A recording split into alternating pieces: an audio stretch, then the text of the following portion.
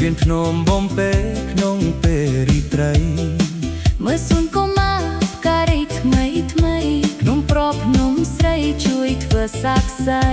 យកការបូជាព្រះរតនអ្នកត្រៃជាចំណងស្នេហ៍ថ្មីបងហើយនឹងថ្លៃបងកាន់ដៃអូននៅលើភ្នំហាន់ជ័យ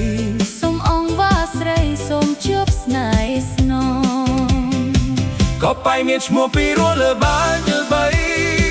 ឆ្លងស្ពាននៅស័យប្រលែងគ្នាលេង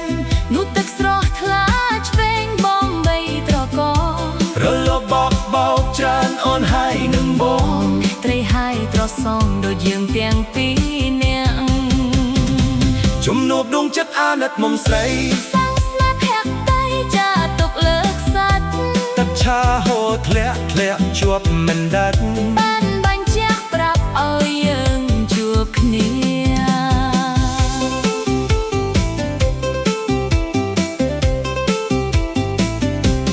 ភ្នំជើងព្រៃលាក់រឿងបុរាណវត្តអារាមបំរាមសាសនាមើលសម្រស់ធម្មជាតិមិនចង់ឃ្លាតឆ្ងាយព្រៃសម្រស់ឆោមឆាយបិទជាប់នេត្រា